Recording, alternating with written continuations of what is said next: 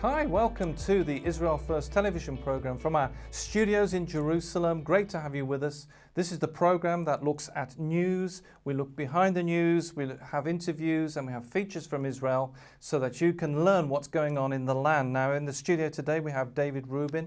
Thank you so much for coming into the studio today, David. And David is an eyewitness as to what's going on and in the news from Israel. This is actually the Daily Telegraph from the United Kingdom. It says, Israel breaks ground on first new settlement in 20 years. Israel is breaking the ground. The groundworks are going in for a new Jewish community. And the United Kingdom's Daily Telegraph News says, Israel today broke ground on its first new settlement in Judea, Samaria in 20 years. The new settlement, to be known as Amichai, will be the first since 1999. And is located near Shiloh in the heart of Samaria. The new settlement will house around 300 Israelis from the settlement of Armona, which was demolished earlier this year, and the residents evicted. Prime Minister Netanyahu promised to build the new settlement as a home for the displaced residents of Armona. Now, we have in the studio David Rubin, and I'm going to tell you a bit about him. David is originally from New York. He's the former mayor of Shiloh, where this community is going to be built nearby. He's the author of the Islamic Tsunami. We're going to be talking about that in the program today. He's a featured speaker throughout North America, Europe, and Israel. Has extensive knowledge about terrorism, Israel and American-Israeli relationships, and he's a frequent guest commentator on television and radio news channels, including Fox Business News, Newsmax, CBN News, and he's the founder and president of the Shiloh Israel Children's Fund. So great to have you on the program, David. Thank you so much for giving us your time today, and for our viewers to see you again. Could you tell us, because you're on the ground there in the community of Shiloh, you were the former mayor of Shiloh, can you tell us what's happening there? Because we've heard of the groundbreaking, and how's that going? It's going well. First of all, I must give you a little bit of background. I think that your viewers would find that helpful to understand that Israel recaptured Judea and Samaria, and here we're talking about Samaria specifically, the region of Samaria, which is north of Jerusalem, and that's where Shiloh is located. So this region we recaptured in 1967 in the Six-Day War, and we started to resettle it in 1978, and first started in the central Shiloh community, and it was built up gradually over the years, despite a lot of political opposition from the world, and despite a lot of terrorism opposition from the Islamic world. And this is something that we have experienced over the past 40 years. And so now, in 2017, after 20 years of not having one Jewish community built in Samaria, finally a community is being established in the Shiloh Township, and it is, I believe I said the Shiloh Township. You know, the world knows it as Shiloh, but we pronounce it by its Hebrew pronunciation, Shiloh. So occasionally I'm going to say Shiloh. Anyhow, the first community, the first Jewish community to be built in Samaria, despite public demand. There has not been one Jewish community built in Samaria in the past 20 years. And for our viewers, it's important that they know this is the biblical Israel.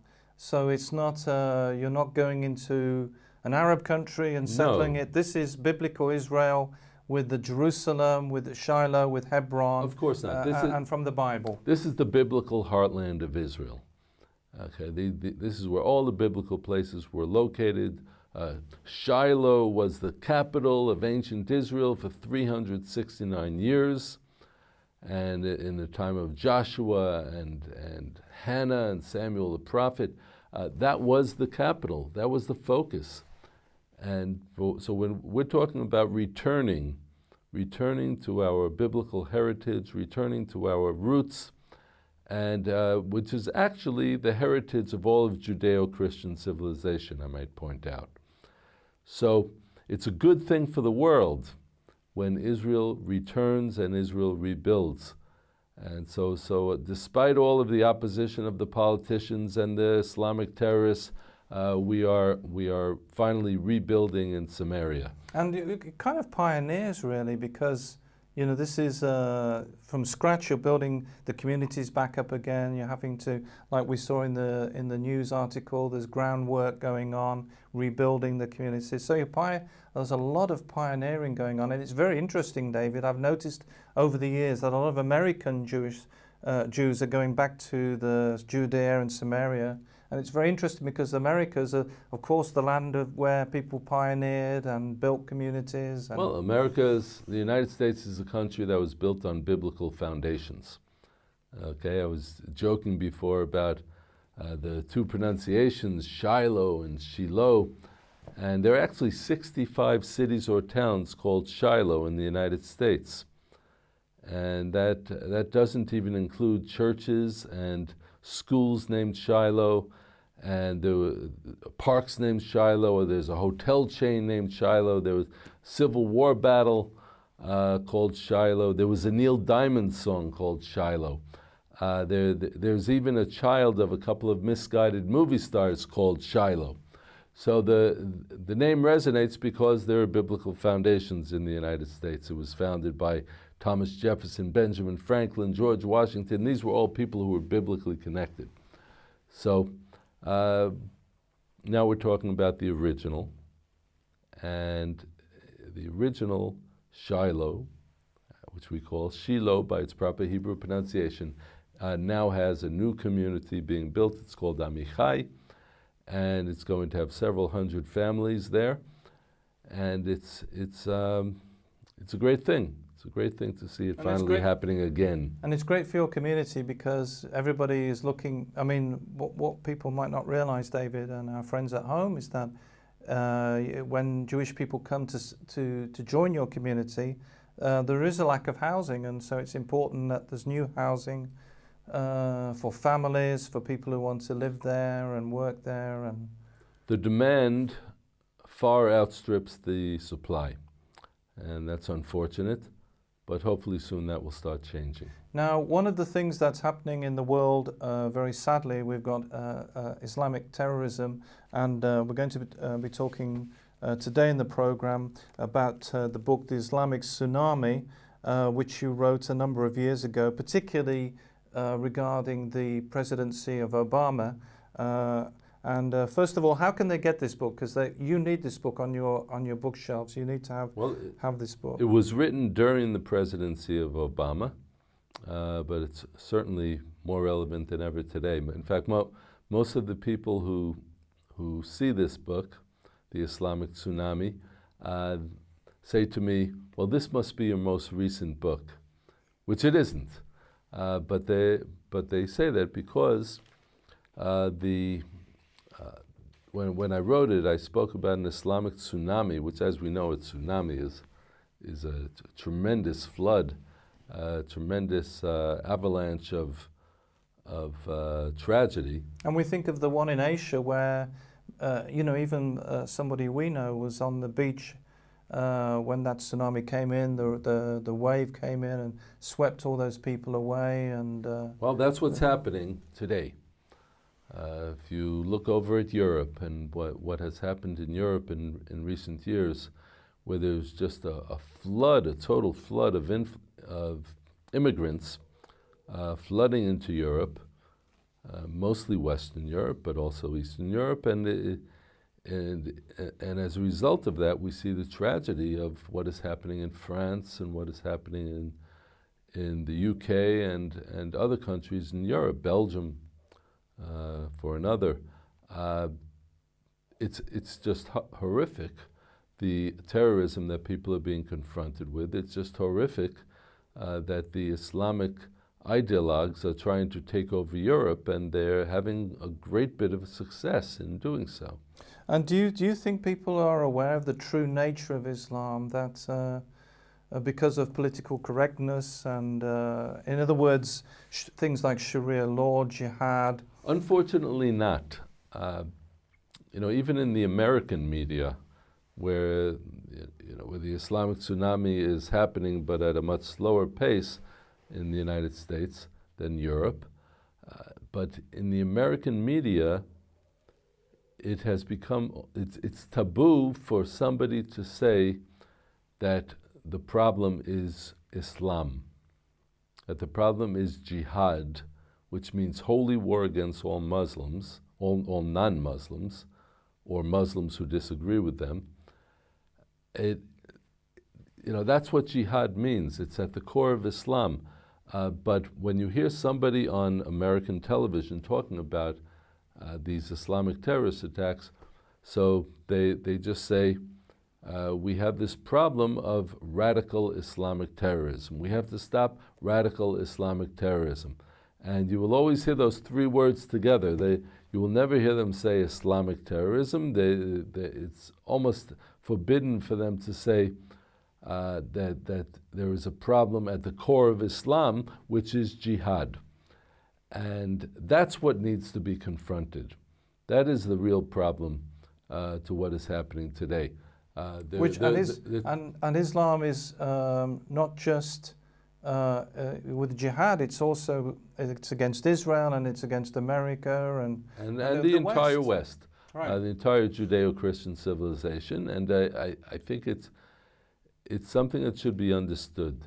And I wrote about it extensively in this Islamic Tsunami, that terrorism is a strategy. Mm-hmm. Okay, it's not the enemy. The enemy is the ideology of Islam. Just as when Hitler set up concentration camps during World War II, the concentration camps weren't the enemy. They were the strategy to kill 6 million Jews and many millions of other people, other undesirables, as they put it. But now, the problem is Islam. It's the and the strategy of terrorism has its justification in the ideology of Islamic jihad. And that's what needs to be confronted. And you've had, very sadly, had personal experience of Islamic terrorism. And has the experience changed? Were you someone who was aware of this before, or was it something? Yes, I was aware. I've been living in the biblical heartland of Israel for some 25 years, so and that's where the terrorism is most disproportionate. So obviously I'm aware.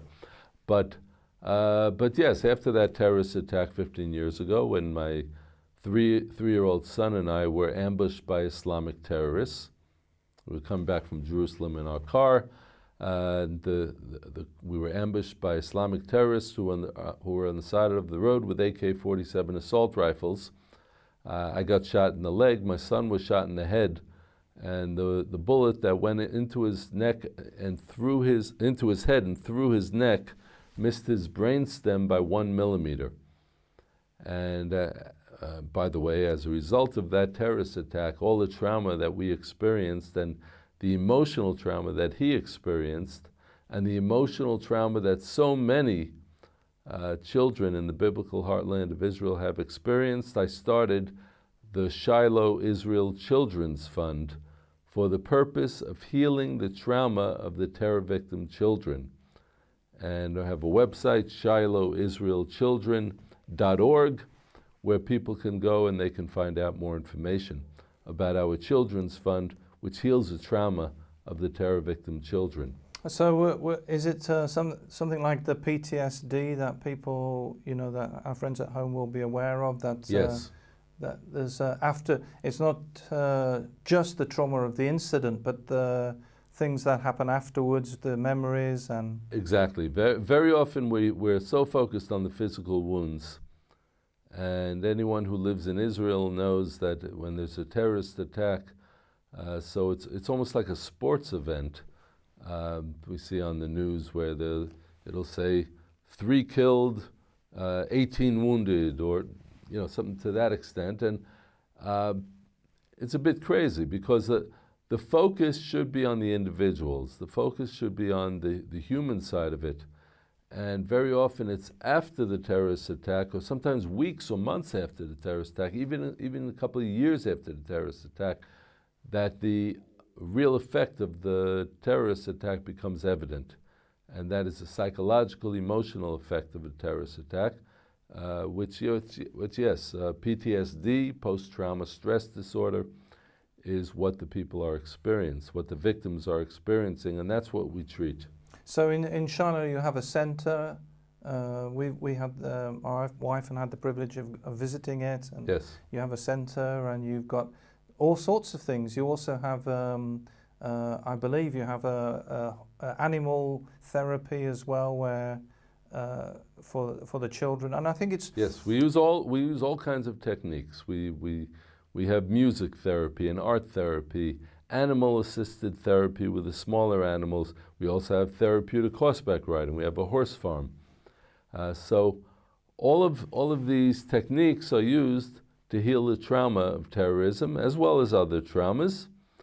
And we're having great success. We have over 2,000 children being served at any given time in either formal therapy or informal therapy or individual therapy or group therapy.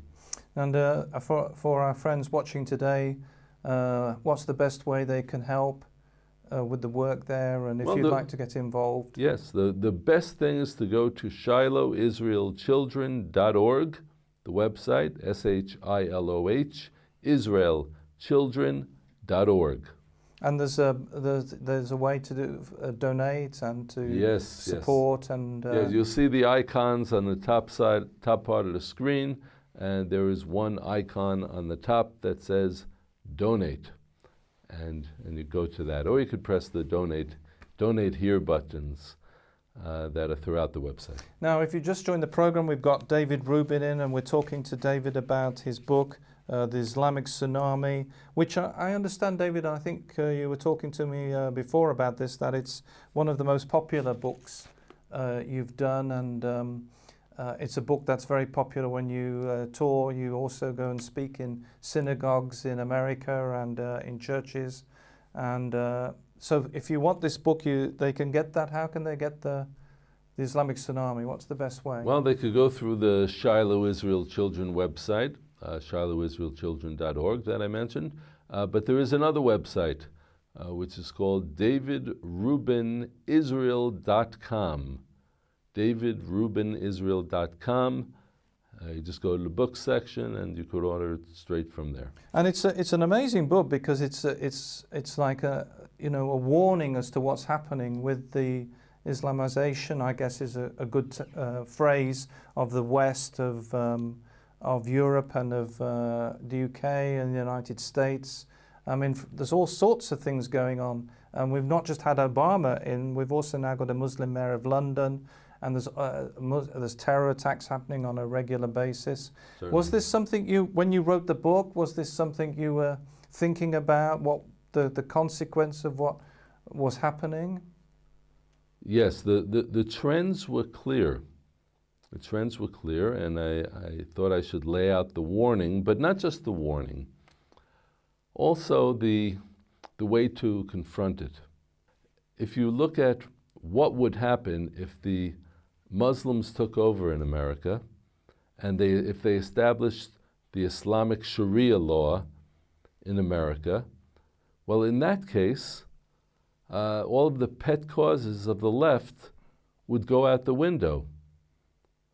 All of the homosexuals would be hanging from trees, and all of the women would be subjugated, and women wouldn't be allowed to vote, they wouldn't be allowed to drive, they wouldn't be allowed to go anywhere without without an immediate male family member escorting them. All of these things would happen under Islamic rule.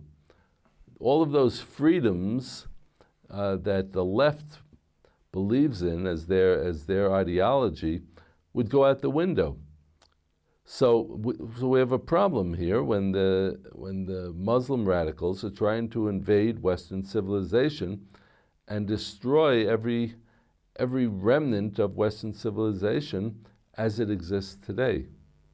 And this is really a problem because it's a demographic problem in that the expansion of the Muslim population within the United States and the West is growing. And then we have the political correct problem that when you try and speak about it on any in the news, or if you try to speak about it in the media, they don't like you to tackle it and to talk about the issue. What can our viewers do? Is there something they can get the book, The Islamic Tsunami, but is there other things they can do, David? Well, getting the book, The Islamic Tsunami, is the first step because it's basically it's the guidebook for anyone who wants to become knowledgeable about the Islamic threat.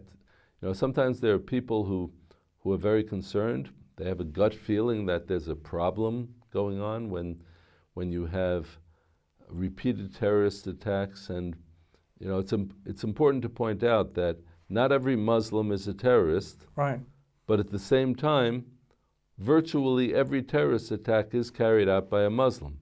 And even where we are now in Israel, in the Palestinian Authority, are teaching the children with their education materials, something that's been featured in the news here, about to radicalize them. And one of the problems, David, is that they're being radicalized in mosques all over the West, in Yes. the United States, in It's Europe. the same problem. It's the same problem in the mosques all around the world. They're teaching the same thing. They're teaching jihad. They're teaching holy war against non-Muslims, and we see it being carried out, and they have a religious justification for it, you know, as opposed to Jews and Christians, you know, who believe in love your neighbor as yourself. They believe in jihad, holy war against all non-Muslims. Now, in the book, The Islamic Tsunami, people can learn, they can go beyond their gut feeling, because when you have a gut feeling, it just comes out as frustration and anger. And you know, we saw that revenge attack in London not so long ago. But so there can't be a reaction of frustration. There has to be a reaction that uses the head. And the Islamic Tsunami lays it out very clearly so people will understand what the threat is and why it's happening and why it's going to continue happening, and then how it needs to be confronted, how we need to stop that Islamic threat. And then once people know, then they can get politically active and try to influence the politicians to really do something about it. And when they get the book, The Islamic Tsunami, when you get hold of that, you're not just getting the information, but you're also supporting the work of the Shalom Israel Children's Fund. I believe That's a true. proportion of All net proceeds. All the net proceeds go to the Shalom Israel Children's Fund. Great to have you on the program, David. We're out of time again. Thank you so much for joining us and informing us about the issues that we're facing in the world and what's happening on the ground in Shiloh. Don't forget to get hold of David's book, and we look forward to seeing you next week.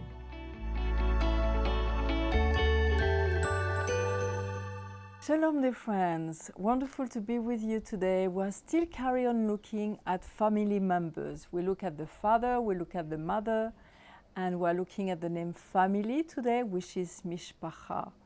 And so we're going to look at the son and the daughter. So son is Ben, and daughter is Bat.